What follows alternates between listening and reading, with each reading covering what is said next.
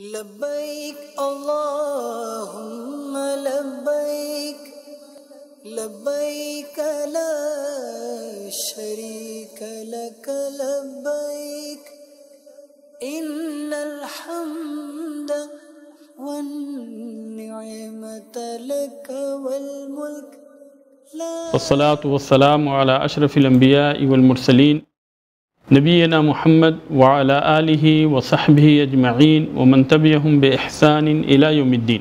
یہ جو محظورات احرام ہیں، احرام کی حالت میں جو ممنوع چیزیں ہیں، ان میں سے کس چیز کو کریں گے تو کیا فدیہ دیں گے اور کس چیز کو کریں گے تو فدیہ نہیں۔ ان کی 4 قسمیں ہیں۔ پہلی چیز جو ہے جس کے اوپر کوئی فدیہ نہیں، اور وہ ہے عقد نکاح۔ اگر کسی نے جو ہے احرام کی حالت میں عقد نکاح کر لیا، شادی کر لیا، نکاح کر لیا، تو پھر ایسی صورت میں اس کے اوپر کوئی فدیہ نہیں، لیکن وہ شادی جائز نہیں ہے، وہ فاسد ہے، وہ نکاح جو ہے فاسد ہے۔ احرام کے بعد میں پھر نئے سرے سے جو ہے اس کو عقد نکاح کرنا ہوگا، نکاح کرنا ہوگا۔ تو عقد نکاح کے اوپر کوئی فدیہ نہیں۔ دوسری چیز کہ جس کے اوپر اگر وہ غلطی اگر انسان کرتا ہے احرام کی حالت میں، تو ایسی صورت میں اس کے اوپر جو ہے ایک اونٹ یا گائے کی قربانی ہے۔ اور اس کے بارے میں جیسا کہ میں نے بتایا کہ اگر حاجی حج کی حالت میں، احرام کی حالت میں 10 تاریخ کو 4 کاموں میں سے 2 کام کے کرنے سے پہلے، یعنی تحلل اول سے پہلے 4 کاموں میں سے 2 کام کرنے سے پہلے اپنی بیوی سے صحبت کرتا ہے، تو پھر ایسی صورت میں اس کے اوپر یہ ضروری ہے کہ وہ ایک اونٹ یا ایک گائے کی قربانی کرے، اور اس کا وہ حج فاسد ہو گیا، اس حج کو پورا بھی کرے اور ساتھ ہی ساتھ اگلے سال آ کر اس حج کی قضا کرے۔ تو یہ یعنی دوسری چیز ہوئی۔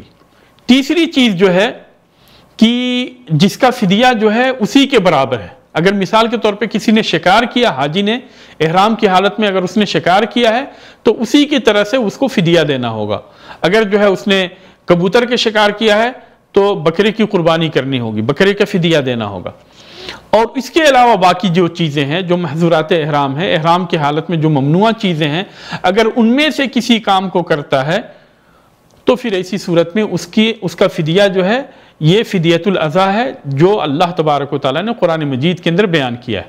اور وہ کیا ہے کہ یا تو اس کو 3 دن روزے رکھنے ہیں، یا یہ ہے کہ اس کو 6 مسکین کو کھانا کھلانا ہے، آدھا سا 6 مسکین کو دینا ہے، یا یہ ہے کہ اسے ایک بکرے کی قربانی کر کے اس کو مکہ کے غریبوں میں تقسیم کرنا ہے، ایک بکرے کی قربانی کر کے اسے مکہ کے غریبوں میں تقسیم کرنا ہے۔ تو اس طریقے سے یہ محظورات احرام سے متعلق یہ تفصیل ہے۔ اللہ تبارک و تعالیٰ سے دعا ہے کہ اللہ تبارک و تعالیٰ ہمارے حج کو قبول فرمائے اور ہماری اس حج کو حج مبرور بنائے۔ اللہ تبارک و تعالیٰ ہمیں حج کے بعد اپنے گناہوں سے اس طریقے سے پاک صاف کر دے جس طرح سے کہ ہم اپنی پیدائش کے دن تھے۔ اللہ تبارک و تعالیٰ تو سب کی دعاؤں کو سننے والا اور قبول کرنے والا ہے۔ اللہ تبارک و تعالیٰ تو ہماری بھی دعاؤں کو سن لے اور قبول فرما لے۔ اگر کوئی سوال ہے تو آپ سوال کریں۔